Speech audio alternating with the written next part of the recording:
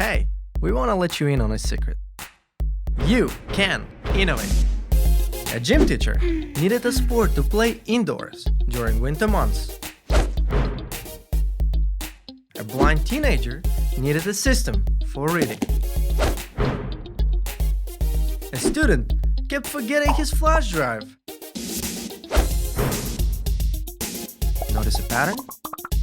Innovation often starts with real people solving their own problems, innovating for their own use. This is user innovation. Believe it or not, it's all around you. Sports, medicine, software, food, you name it. But how do you become a user innovator? How do you get your idea out into the world?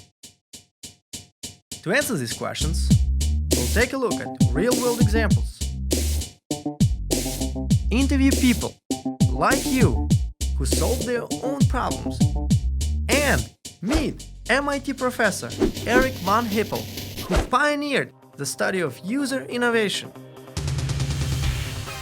When we started working on our MOOCs, I had to learn a lot about filmmaking. For example, how are we getting this shot? This innovation is called the Steadicam. The Steadicam is a camera stabilization system that allows the camera operator freedom of motion while maintaining a smooth shot.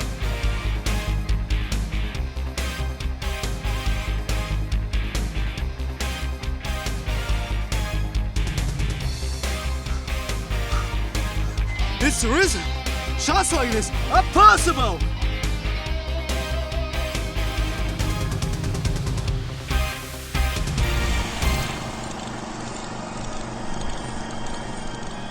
Before the invention of the Steadicam, if you were a filmmaker and wanted to move the camera smoothly, you had to use a dolly. Dollies were heavy and were particularly difficult to use if you were filming outside. The uneven terrain meant using dolly tracks, which had to be laid out like a miniature railroad. Filmmaker Garrett Brown was tired of having to use such bulky, time-consuming equipment to get the shot he wanted.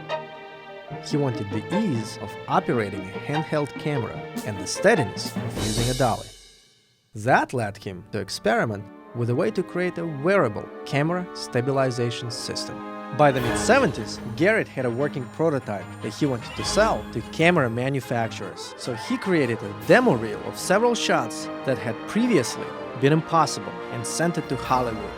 In 1974, Garrett sold his invention to the Cinema Products Corporation, who created the first professionally manufactured, commercially available version of the Steadicam.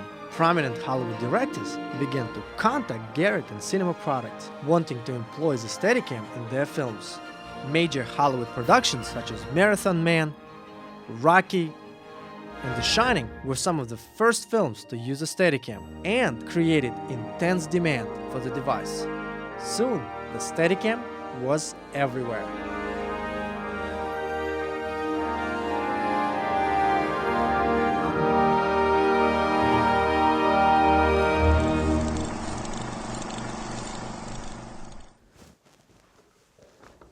And filmmaking was never the same.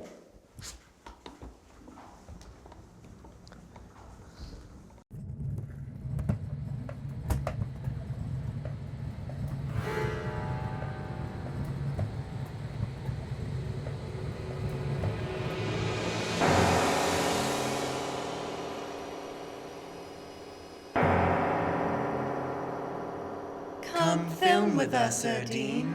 Come film with us forever and ever and... Yeah, sure. But first, Garrett Brown's example should make us wonder, why do people decide to sell their innovations?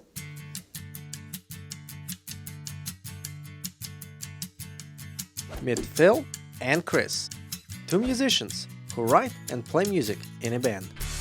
When recording in the studio, Phil and Chris pay an audio engineer to edit and finalize their recorded music.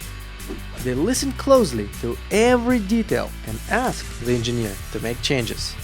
The results are great, but They have to pay for every minute of studio time they spend reviewing and discussing. Creativity takes time, and time equals money. Phil and Chris were left with a dilemma.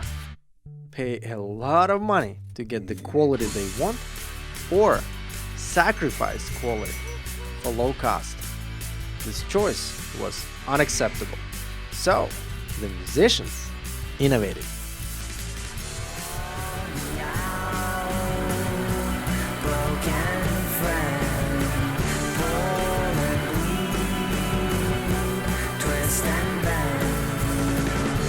Stitch another heart to yours and makes it so much better. And say goodbye Cambridge, goodbye Cambridge, goodbye Cambridge, goodbye Cambridge.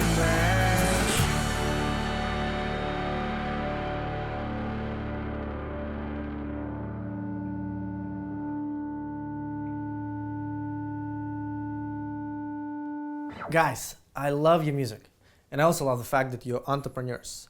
You're the founders of a startup, Audio Common. How did it all come together? My wife and I, we moved to Massachusetts, and shortly thereafter we found ourselves at a block party. I had heard there was a drummer on the street. Chris and I met at that block party. Yeah, we started talking. Phil said he was a musician, singer, songwriter, and he needed someone to play drums on a couple of his songs. So he sent me 2 songs. Those 2 turned into like 10 or 12 songs. Give him a finger, he'll take the elbow.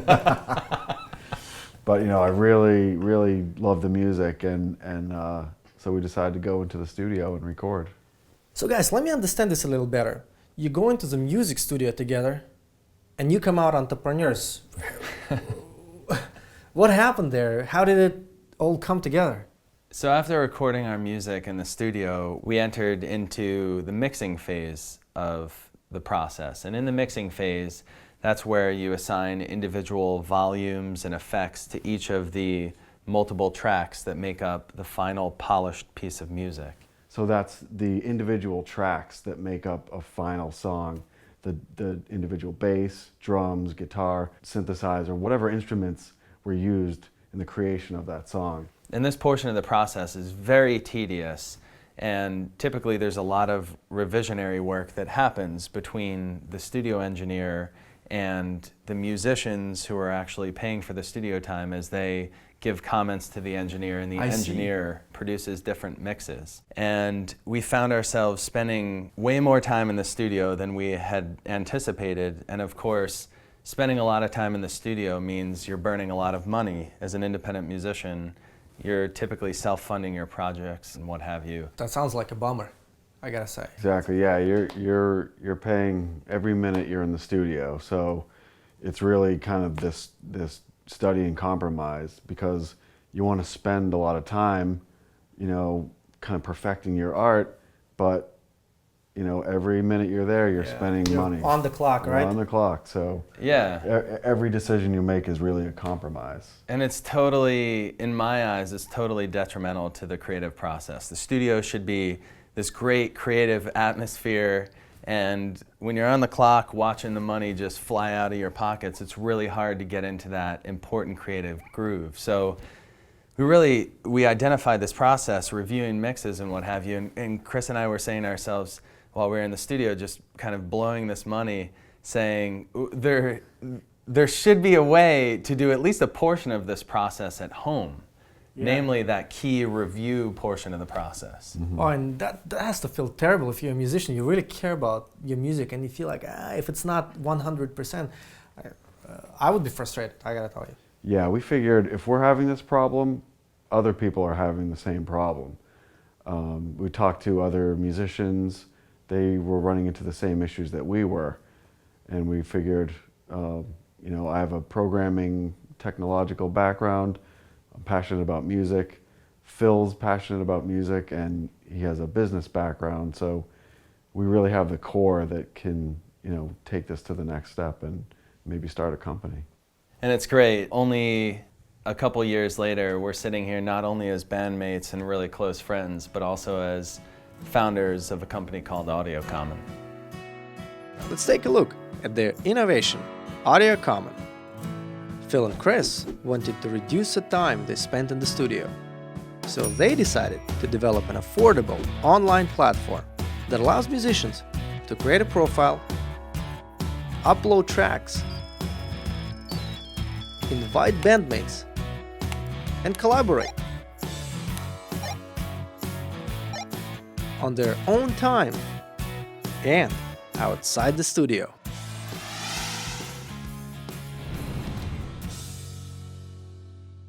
Eric, Good to see you, Ernie. I love doing this.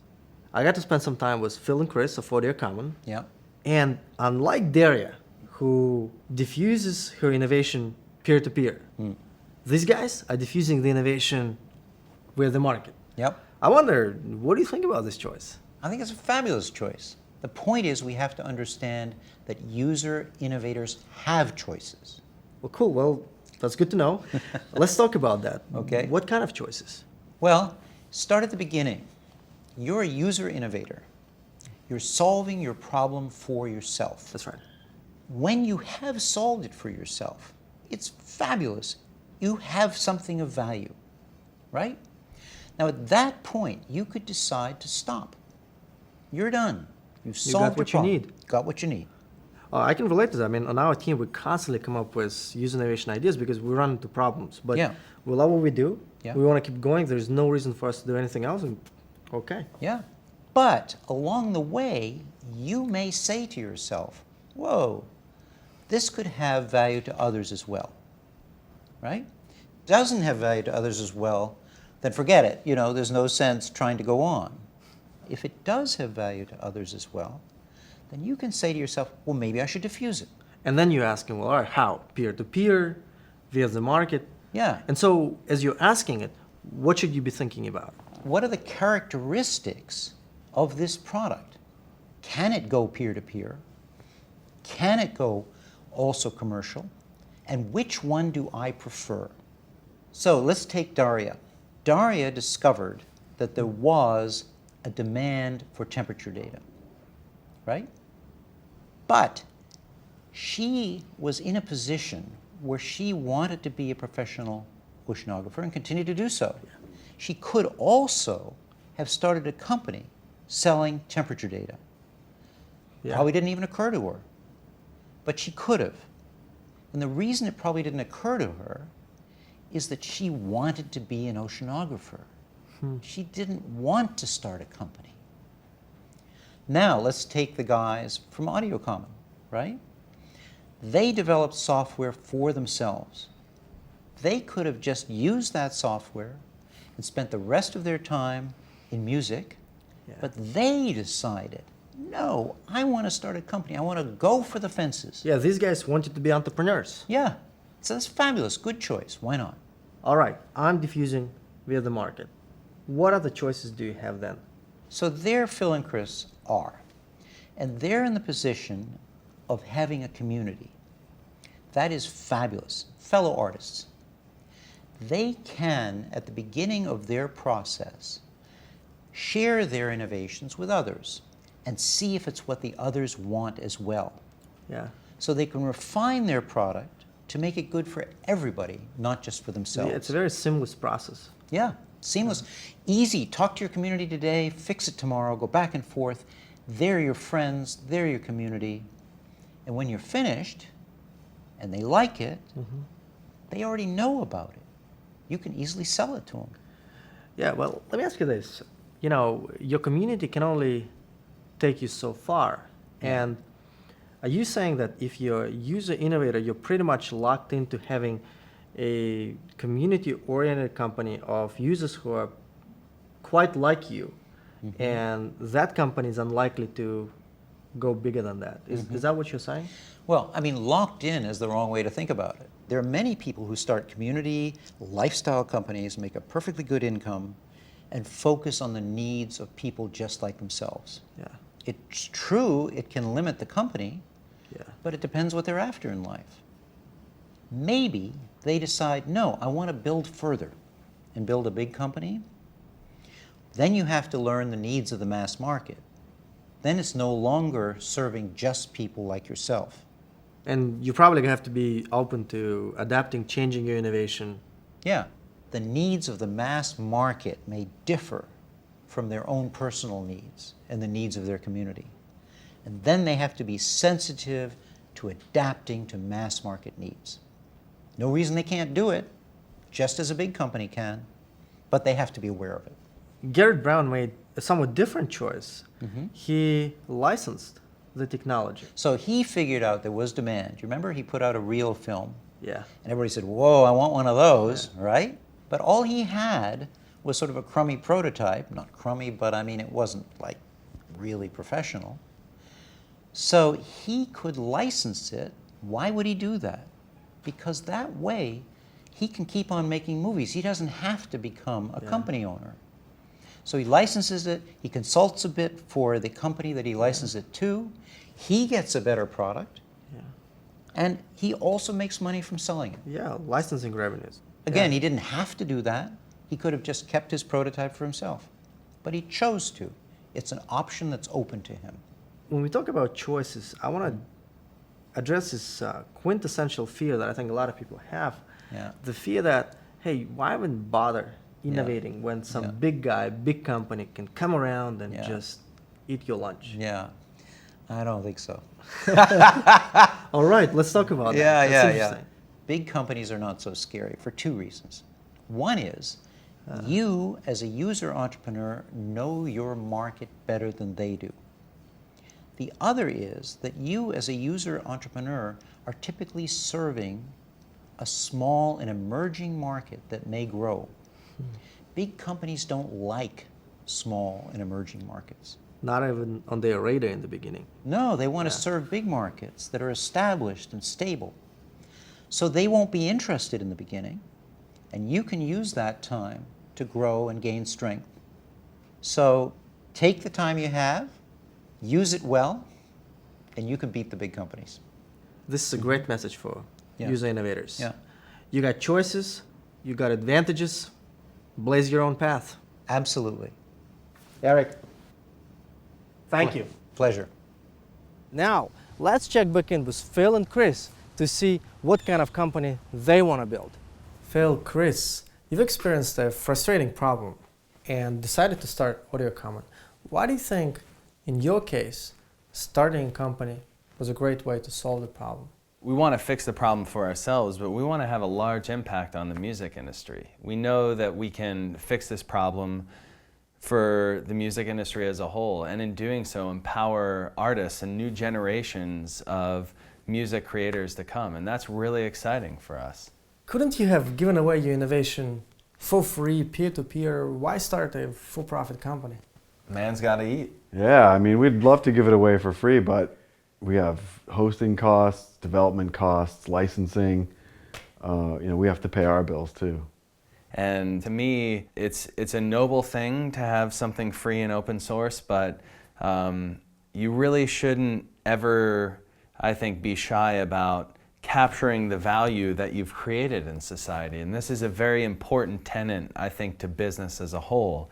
It's that there are two equal parts of the equation. One, it's create value for society and for your customer base, etc. But then it's also capture that value so that you can better serve that customer base that you're trying so hard to serve. That's how you build and you grow a sustainable company that serves its customer base extremely well. Speaking of serving your constituency, you are coming up against established players with a lot of resources, technology companies, record labels, who potentially could be in a much better position to serve your constituency now. But as you look at it, what advantages might you have? I've worked at some larger companies, and in my experience, it's a lot harder for them to adapt to new technologies. It's the proverbial Titanic trying to turn. We're a much smaller company. We're very agile, and we can really react to what our customers need and really turn on a dime. We have a firm position on Boston's indie rock, indie artist scene. That gave us the chance to actually reach out to the artists we know and get the early feedback that we needed that was so important to our product, and especially those early versions of the product. Now, does this mean that you guys want to focus on your very specific community of independent indie rock artists? Or you want to kind of go big or go home, have a highly scalable global enterprise that serves a mass market? We want to build a large, sustainable, scalable enterprise that can have a huge worldwide impact on music and media. Cool. How? We're building constituency by giving artists the ability to share those raw multi-track files that were used during the music creation process with the public. So the band can share the music with their fans through our platform, and they're sharing more than just the song. They're sharing the building blocks of that song. Like the guitar track, the drum track, the piano track. Exactly. So if I really like a guitar solo, I can solo that track and hear it all on its own. And now through AudioCommon, the public can tap in, can play around by turning on and off these individual tracks, and they can forge a new and deeper connection with the artists behind the music itself. Yeah, so I'm not just listening, I can also see how the music that I love from my favorite band, how this music could be different, how you can change it up here and there, right? That's exactly right. So you're telling me musicians from different parts of the world could come together online, create music, and fans like me can enjoy that music. We want to swing for the fences and create as much impact and change in the industry that we can, and we want to empower artists and content creators throughout the world as best we can. And we're doing that through AudioCommon. So, what did we learn here today? User innovators have a lot of choices when it comes to diffusion. You can keep it for yourself, give it away, or sell it. If you choose to sell, you can license your innovation or produce it yourself. If you choose to produce, you can serve your initial community of users or adapt your innovation and expand your user community. However you choose to build your business, user innovators have advantages over large companies if they use their time and resources wisely. But most importantly, You as a user innovator have many choices. Make the best ones for you and your life. Solve your problem. Share your solution. Start your business. Yeah!